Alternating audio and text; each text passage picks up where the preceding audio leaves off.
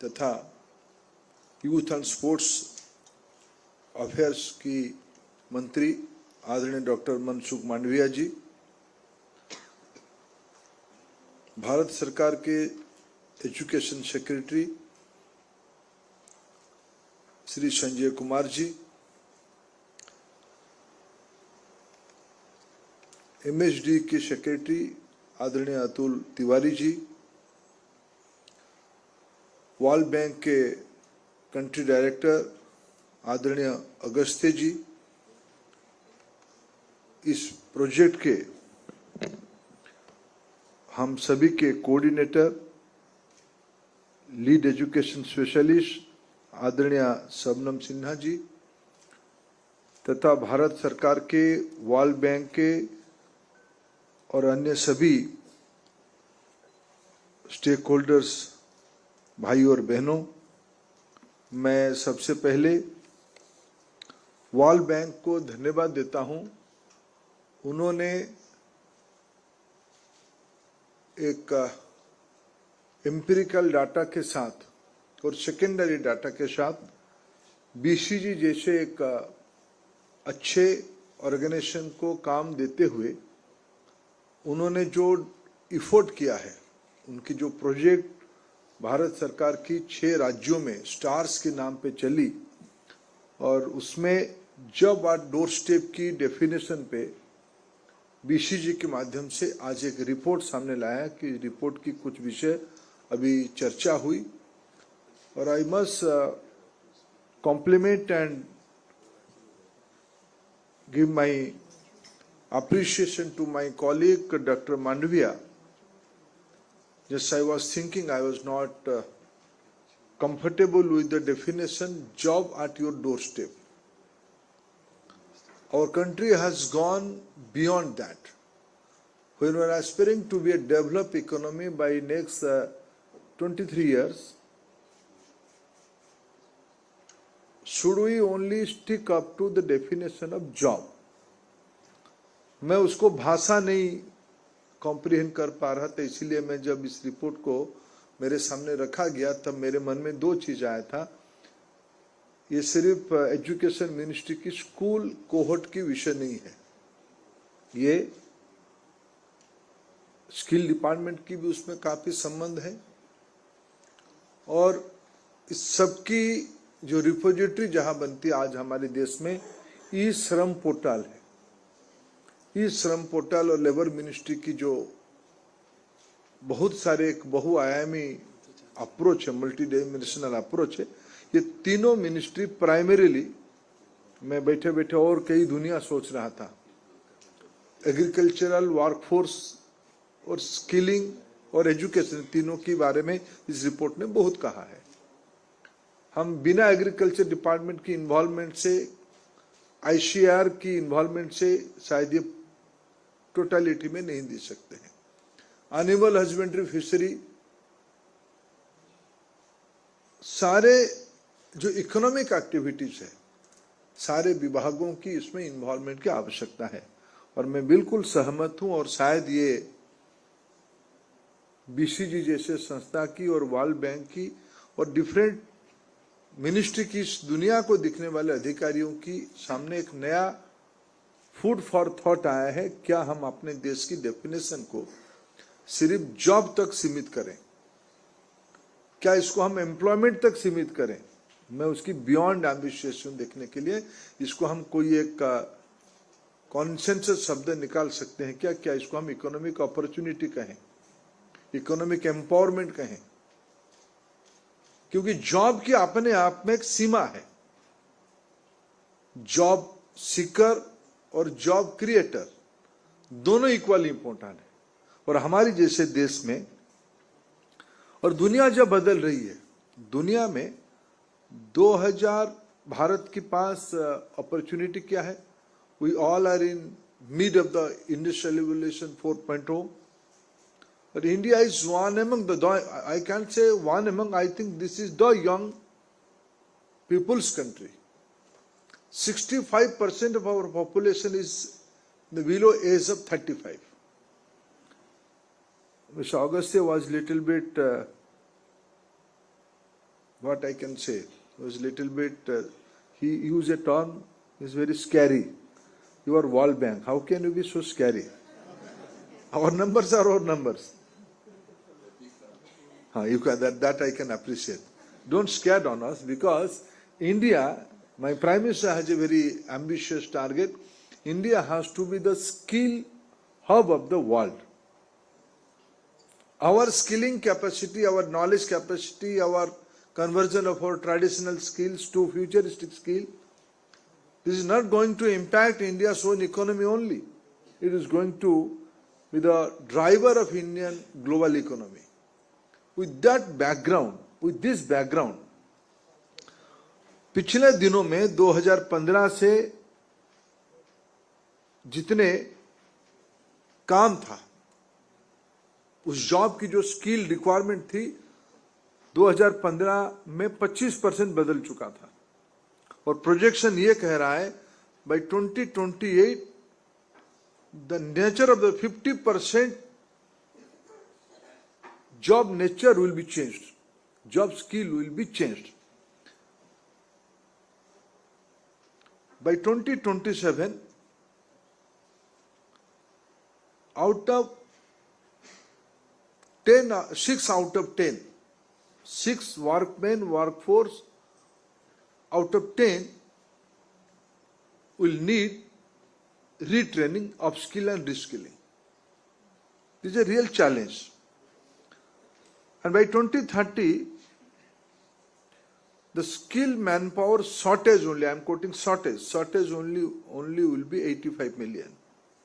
और हम एक युवाओं की देश है, एंड हमारी एक विरासत रही है, हमारी एक परंपरा रही है, उसके अंदर हम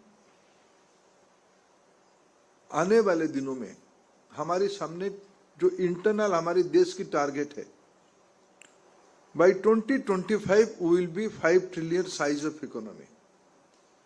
We will be number 3 economy by next 2 years. In every aspect of our economic activities, there will be huge disruption. The first impact will be on the nature of the economic activities, whether you call it job, employment opportunity, whatever you may say. It has to be a broad one. That's only our experience from both of the ministers. India cannot see in a narrow mindset. We have to create a broad framework. And what is the school student size today? Today, around 260 million school students are there from class 1 to 12. Out of that, around 150 millions are in the bracket of class 6 to 12. Now our NEP 2020 is professing, there's a policy reform are there, skill will no more be an elective subject. It will be part of the main course curriculum, main textbook, skill will emerge as a subject. 6, 7, 8, the student will be into the skill ecosystem, sensitization. From 9 and 10, there will be specific skill area according to the choice of the student. It may be traditional, it may be conventional, it may be futuristic. It may be it has to be futuristic. The entire energy supply system of globe is going to change like anything. Sustainability, green energy, new source of energy is the order of the day. Are we competent to catch up that situation? Manage that situation? We have to prepare from the school days. Mobility is another area. The mobility area, now India is ambitious. We are envisioning a mobility network from India to USA, through Middle East and passing through some European countries and up to America. Are we prepared to in tune with that policy framework? We have to prepare from the school days. So 120, I mean the class 11 and 12, more specific skill professional has to prepare. हमें इस JEE और NEET की pressure को बदलना पड़ेगा. हमारी व्यवस्था ऐसी बनानी पड़ेगी कि हमारी 11वीं 12वीं की बच्चे, अभी नेशनल एजुकेशन पॉलिसी में जब हम न्यू सिलेबस बनाए हैं, नया टेक्स्ट बुक की ओर जा रहे हैं, हमारी स्कूल मिनिस्ट्री की अंदर एक चर्निंग चल रही है, स्कूल डिपार्टमेंट के अंदर चर्निंग चल रही है कि हमें क्या सभी विद्यार्थियों को all will not go to high and research, all will not go to, should not go to graduation course, UG courses. Sizable of them should retain at diploma level or +2, +1 in that level. We have to create new architecture. There, this kind of report, empirical report, is going to help us to create progressive policy. I must congratulate World Bank and our education ministry. Now our responsibility is not only, and there are workforces, शिक्षा विभाग की, skill विभाग की और श्रम विभाग की, labour ministry की. हमारी देश में, अभी मैं मनसुख जी को पूछ रहा था, what is our number in E Shram portal? 320 million. This is not the total number. Our workforce, if I may, my information is right, Mansukh भाई, हमारी देश में वर्कफोर्स, वर्किंग एज ग्रुप में 57% इन दिनों में, पहले ये बिलो 50 था. पिछले 10 साल की जो एक्टिविटीज देश में हुई, इन्वेस्टमेंट हुई, इकोसिस्टम बनाया गया, उसमें लगभग 8% की ग्रोथ हुई है. 49 to now it is 57, 56, 57. When we will be at a developed country status, our workforce has to increase and it should come up to around 70-75. तब हमारे देश में अब भी 50-55 करोड़ लोग काम कर रहे हैं. उसमें से 32 करोड़ ई श्रम पोर्टल में आ चुके हैं. यहां हम बैठे हुए लोग ई श्रम पोर्टल में नहीं है, लेकिन हम वर्कफोर्स की हिस्सा है और हमें अपस्किल करनी होगा. हमारी टेलीफोन में जितना फीचर हमें आता नहीं है, ये कोई पहले इसको तो एक मजाक माना जाता था और हम अपना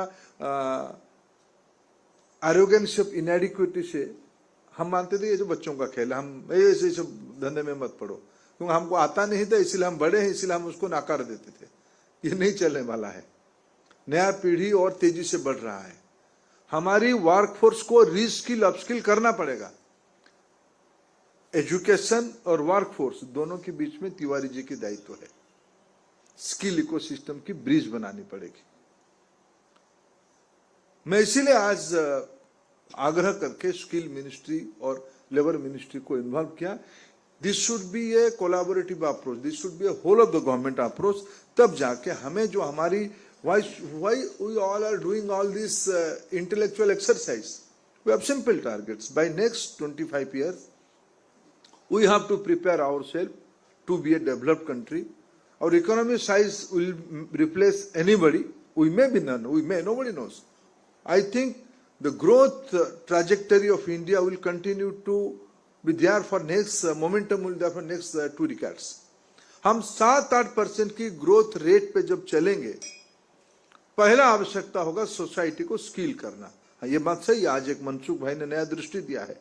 जो डेफिनेशन आज वेस्टर्न वर्ल्ड की जो डेफिनेशन है वर्कफोर्स की, एम्प्लॉयमेंट की, जॉब की, इसको तो एक नया दृश्य दिखना पड़ेगा. हमारे घर में माँ हमारी 24/7 एक वर्कफोर्स है.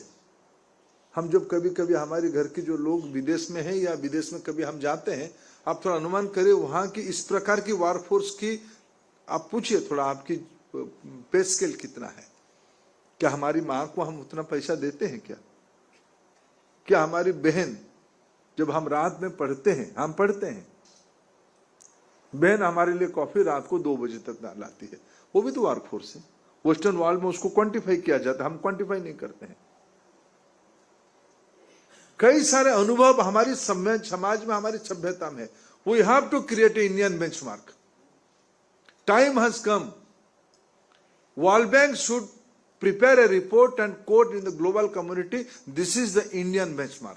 World has to come to the Indian benchmark. And World Bank should our partner on that ambitious journey.